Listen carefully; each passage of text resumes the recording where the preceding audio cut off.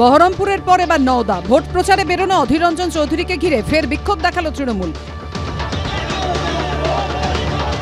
একই দিনে বিক্ষোভের মুখে পড়লেন মুর্শিদাবাদের বিজেপি প্রার্থী গৌরীশঙ্কর ঘোষ। শনিবার ভোটের প্রচারে নওদার দমদমায় যান অধীর চৌধুরী। সেখানেই তৃণমূলের ব্লক সভাপতি ও জেলা পরিষদের শিক্ষা কর্মাধ্যক্ষ সফিউজ্জামান শেখের নেতৃত্বে বহরমপুরের কংগ্রেস প্রার্থীর কনভয় আটকানো হয়।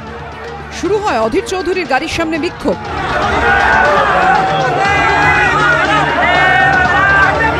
ওঠে go back slogan.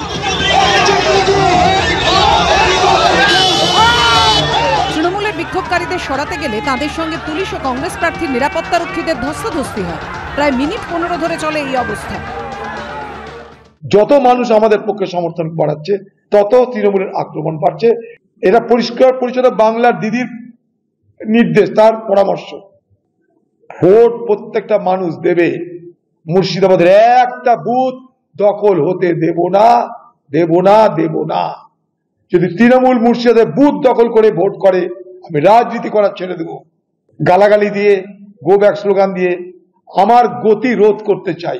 Mamata Banerjee আমার গতি রোধ করতে পারবেন না মুর্শিদাবাদে। এটা ঠিক হয়ে গেছে। আপনি 3টাতে হারছেন। মুর্শিদাবাদে 3-3 হচ্ছে। দিদি আপনি জেনে নিন। এর আগে 13ই এপ্রিল বহরমপুরে প্রচারে বেরিয়েও তৃণমূলের বিক্ষোভের মুখে পড়েছিলেন অধীর চৌধুরী। 6 দিনের ব্যবধানে আরও একবার ঘটল একই ঘটনা। অধীর চৌধুরী জানেন উনি হারবেন এবং বহরমপুর কেন্দ্র তৃণমূল কংগ্রেস জিতবে। ফলে কখনো উনি বলছেন তৃণমূল পায়ে পা দিয়ে ঝগড়া করতে যাচ্ছেন, আমাদের এক কর্মীকে তেড়ে গিয়ে মারলেন। অন্যদিকে এদিন জলঙ্গিতে প্রচারে গিয়ে বিক্ষোভের মুখে পড়েন মুর্শিদাবাদের বিজেপি প্রার্থী গৌরীশঙ্কর ঘোষ। তাকে দেখেও ওঠে go back slogan.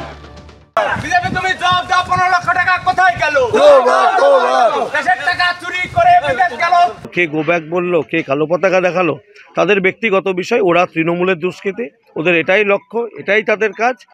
Adhir Ranjan চৌধুরীর পাশাপাশি গৌরীশঙ্কর ঘোষ একই দিনে একই জেলার 2 বিরোধী প্রার্থী বিক্ষোভের মুখে পড়ায় অনেকেই প্রশ্ন তুলছেন, বিরোধী দলের প্রার্থীদের কি প্রচারের অধিকার নেই? অধীর চৌধুরীর প্রচারের অধিকার নেই? বিজেপি প্রার্থী গৌরীশঙ্কর ঘোষের প্রচারের অধিকার নেই? প্রচারের অধিকার কি একমাত্র তৃণমূলেরই আছে? যারা গো ব্যাকের রাজধানী করে, কালো পতাকা রাজধানী করছে, এই ইলেকশনের পরে মুখ কালো হয়ে যাবে। মানসিক অবসাদে ভুগছেন, বিভ্রান্তিতে পড়ে গিয়েছেন, যেন তেন প্রকারে প্রচারে থাকতে চাইছেন। এদিকে অধীর চৌধুরীকে তৃণমূলের বিক্ষোভ দেখানোর পর নির্বাচন কমিশনের দ্বারস্থ হয়েছে কংগ্রেস। বহরমপুরে দলীয় প্রার্থীর সুরক্ষা বাড়াতে কেন্দ্রীয় বাহিনীর স্পেশাল টিমের দাবি জানানো হয়েছে কমিশনের কাছে। অধীর চৌধুরীকে বিক্ষোভ দেখানোর ঘটনায় জেলা প্রশাসনের কাছে রিপোর্ট চেয়ে পাঠিয়েছে নির্বাচন কমিশন। রাজীব চৌধুরী, অনির্বাণ বাগচি ও রুমা পাল, এবিপি আনন্দ।